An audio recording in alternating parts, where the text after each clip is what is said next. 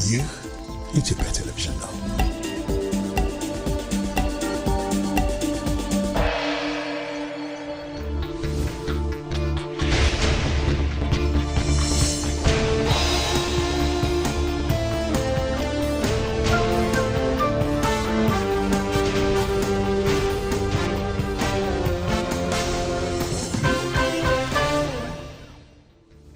ጤና ይስጥልኝ እንደምናመሻችሁ የተከበራችሁ ተመልካቾቻችን ሁለት ሰዓት ሆኗል። ከኢትዮጵያ ቴሌቪዥን የኢቲቪ 57 ዜናዎቻችን ቀጥለዋል። አጋልሽ ተካነኝ አብራችን ቆዩ። ጠቅላይ ሚኒስትር አብይ አህመድ ኢትዮጵያ አገልግሎቶችን በዲጂታል ቴክኖሎጂ በማቅረብ የዜጎችን እርካታ የማሳደግ ስራን አጠናክራ መቀጠሏን አረጋግጧል። ጠቅላይ ሚኒስትሩ የተንቀሳቃሽ መሶብ አገልግሎትን ዛሬ የመረቀው ስራ አስጀምሯል። ጌታቸው ባልቻ ዝርዝር አለው።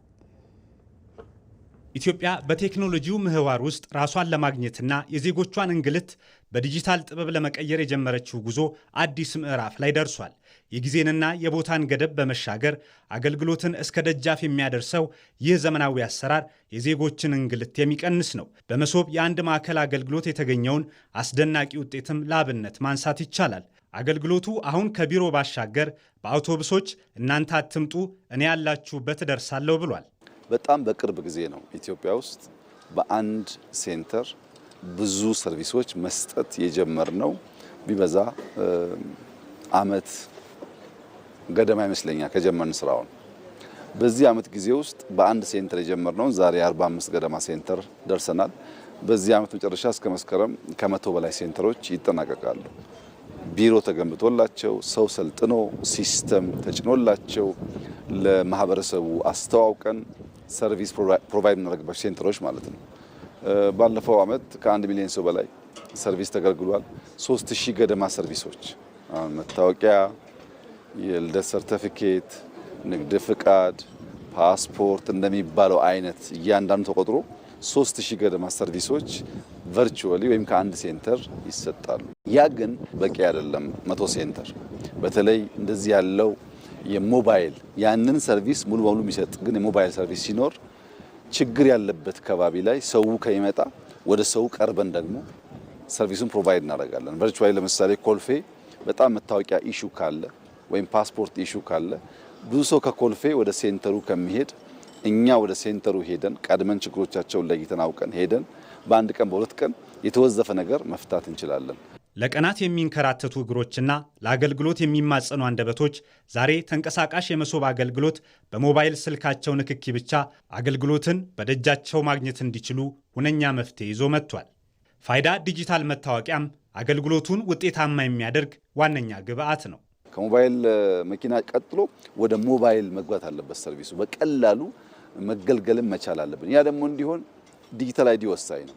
የምናገለግለውን ሰውዬ ካላወቅን ለማን ሰርቪስ እንደሚሰጥ ካላወቅን ጥፋትን ሊያስከትል ይችላል። ሰውየውን ካወቅነው ግን የሚፈልገውን ነገር ለማቅረብ፣ ብድር ለመስጠት፣ የፋይናንሻል ሰርቪስ ለመስጠት፣ ንግድ እንዲሳለጥ ለማድረግ የሚያስፈልጉ የዕለት ፍላጎቶች ለማሟላት በከፍተኛ ደረጃ የሚያግዝ ነገር ነውና ይህ ትልቅ አድቫንስመንት ነው። በአፍሪካ ፈርቀዳጅ የሚባል የመንግስት ኢንተርቬንሽን ስራ ነው። ማንም ሰው ወደኛ የመሶብ ሴንተር ወደ ኦፊሶቹም አሁን ደግሞ ወደ መኪናውም ሄዶ እንዴት ሰርቪስ ኢንሃንስ እንደተደረገ እንደተሻሻለ ማየት መመስከር ይችላል። እንደዚህ ያለው ስር ነቀል ለውጥ የሚያመጡ ኢንተርቬንሽኖች ለምናስበው የብልጽግና ጉዞ በጣም ወሳኝ ናቸው። ተንቀሳቃሽ የመሶብ አገልግሎት የሚሰጥባቸው አውቶቡሶች በኤሌክትሪክ ኃይል የሚንቀሳቀሱ መሆናቸው ከነዳጅ አቅርቦት ጋር ባለው ችግር መስተጓጎል ሳይገጥማቸው አስተማማኝ አገልግሎት ያቀርባሉ። ሞባይል የመሶብ ሰርቪስ ይሄ ያስጀመረው ነው እንጂ በጣም ብዙ መኪናዎች እያዘጋጀን ያለ ነው። አዲስ አበባ ላይም ከአዲስ አበባ ውጭም በስፋት የምንሰራበት አሰራር ይሆናል። ነገር ግን አሰራሩን ትንሽ የተሻለ የሚያደርገው የምንጠቀመው ኤሌክትሪክ ካር ነው ወይም ጋዝ የሚጠቀም ካር ነው። ኤሌክትሪክም ጋዝም ሎካሊ ስለምናመርት እንደዚህ አሁን እንደምናየው አይነት የፊውል ችግር በሚያጋጥም መንገድ አንጠቀምም። በአብዛኛው ግን ኤሌክትሪክ ካር ነው። ኤሌክትሪክ ካር በመሆኑ ክሊን ኢነርጂ ይጠቀማል። ኢንተርኔት ዳታ ይጠቀማል። ውስጡ በቂ ሰርቪስ መስጠት የሚያስችል ኢንፍራስትራክቸር አለው፣ ሲስተም አለው።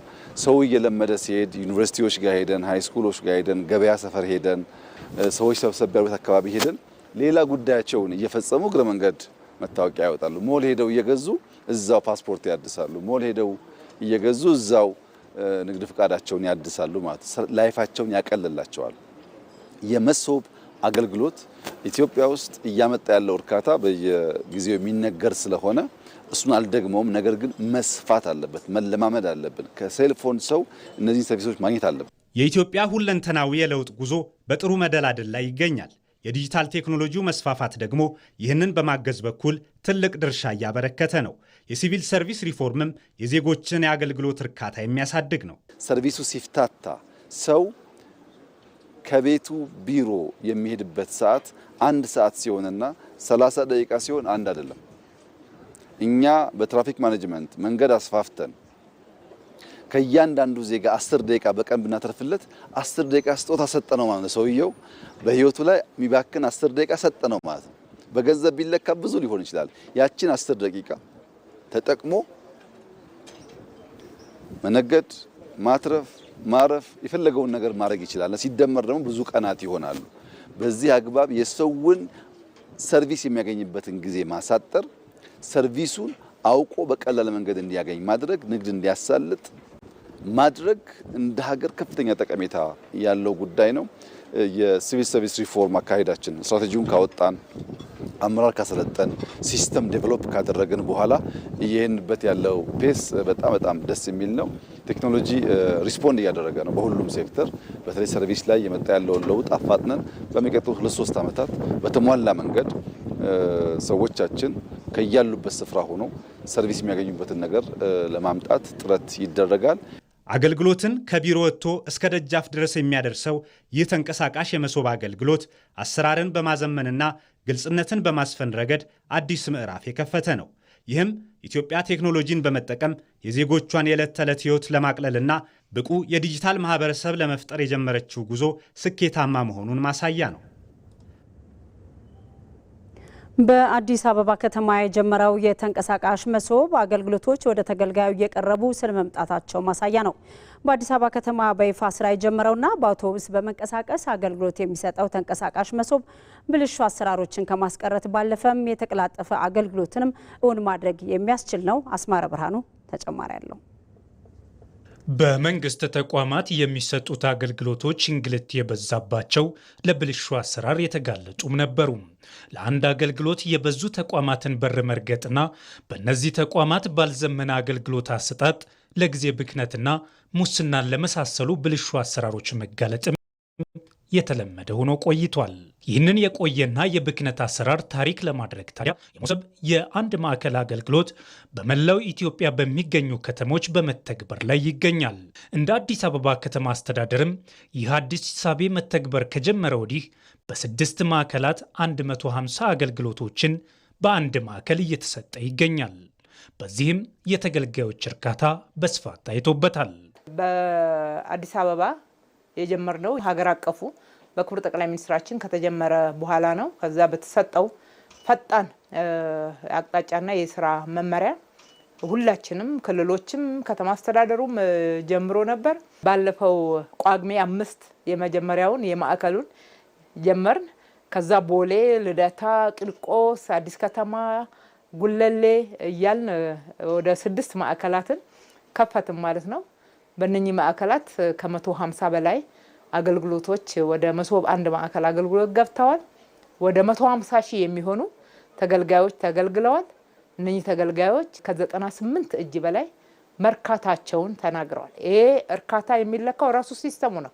ሲስተሙ ላይ እነሱ ቲክ ከሚያደርጉት ከሚሞሉት መረጃ የተነሳ እርካታቸውን ሞልተዋል። አንድ አመት ከፊታችን ባለው ውስጥ 100% አሉ የሚባሉትን የመንግስታዊ አገልግሎቶች ወደ ዲጂታል መሶብ አንድ ማዕከል ለማስገባት ነው ጥረት እያደረግን ያለ ነው።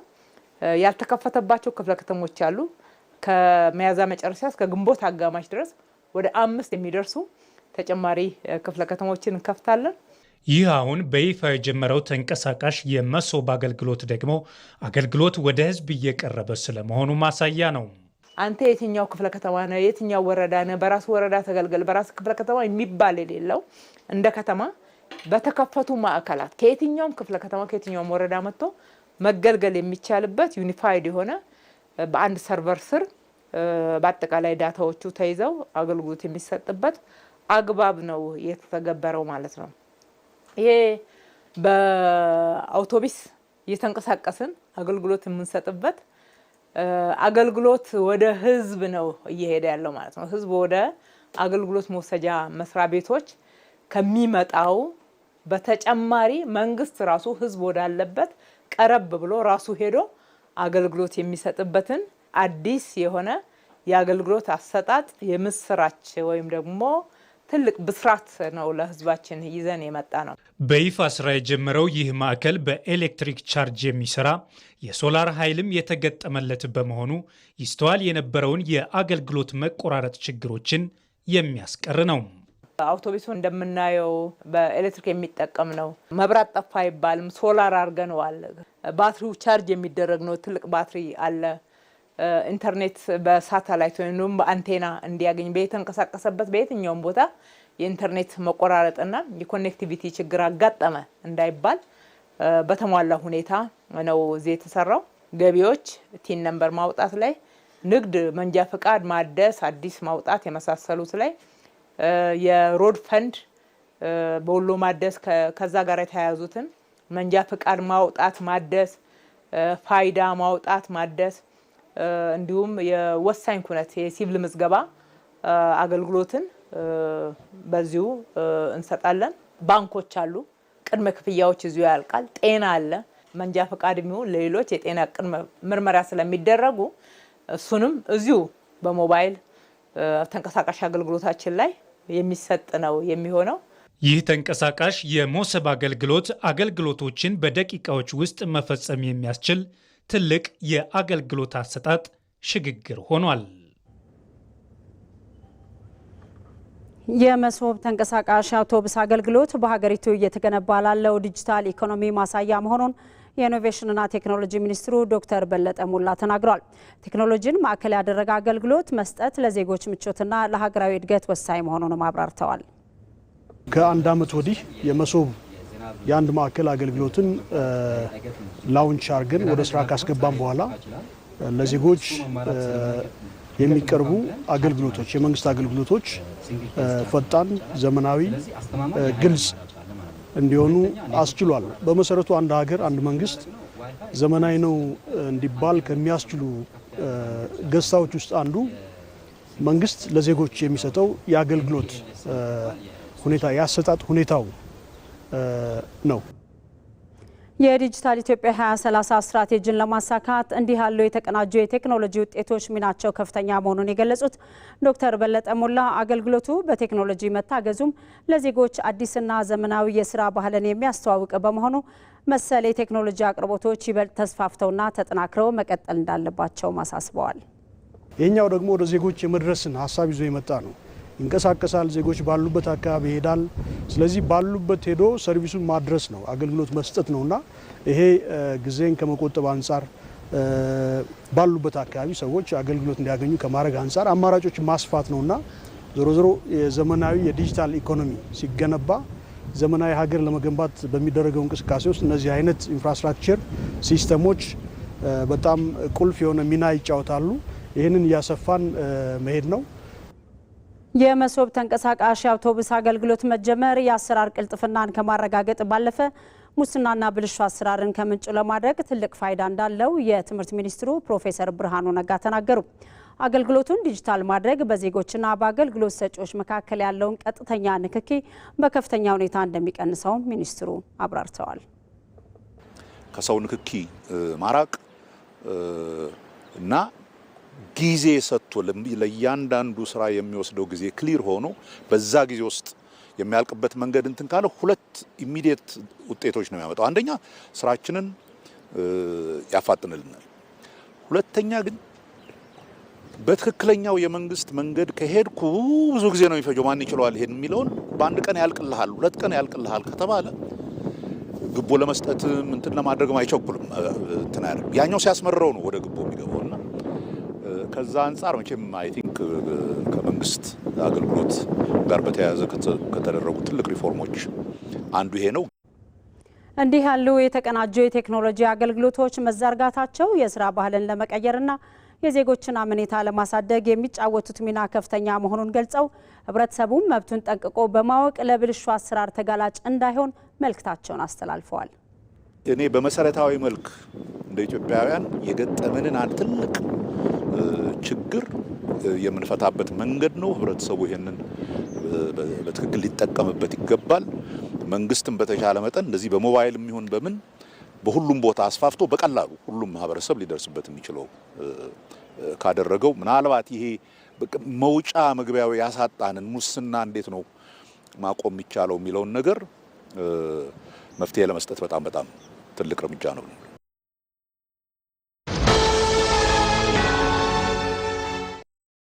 በየአራት ዓመቱ የእግር ኳስ አድናቂዎች በጉጉት የሚጠብቁትን ትልቁ የእግር ኳስ ውድድር ይመለከታሉ። በሞቀ መንፈስ በጋራ የድጋፍ ዝማሬ አስደሳቹን የእግር ኳስ ትዕይንት እርስዎ በአካል መታደም ይችላሉ። እድሜ ለዛ በኢትዮጵያ ንግድ ባንክ ቪዛ ካርድ የግብይት ክፍያውን ሲፈጽሙ የዓለም ዋንጫ የእግር ኳስ ጨዋታዎችን በቀጥታ መመልከት የሚያስችሉትን ዕድል ያገኛሉ። ነካ አድርገው ከፍለው ወደ ፊፋ 2026 የዓለም ዋንጫ ይጓዙ።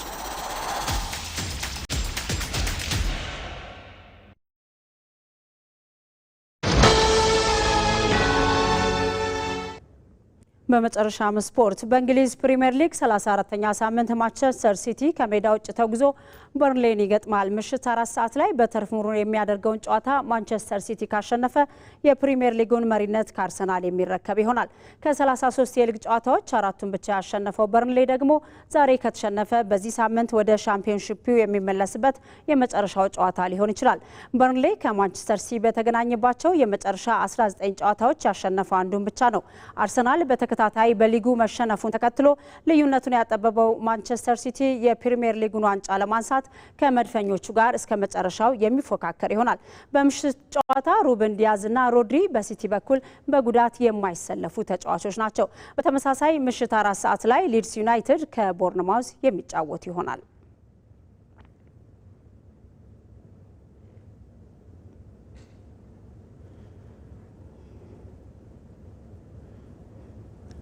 ተመልካቾቻችን ከኢትዮጵያ ቴሌቪዥን ሲተላለፍ የነበረው የረቡዕ ምሽት የኢቲቪ 57 ዜናችን ተጠናቋል። ዜናዎቹን አልጋነሽ ተካ እያቀረብኩ አብሬያችሁ ቆይቻለሁ። ስለተከታተላችሁን እናመሰግናለን።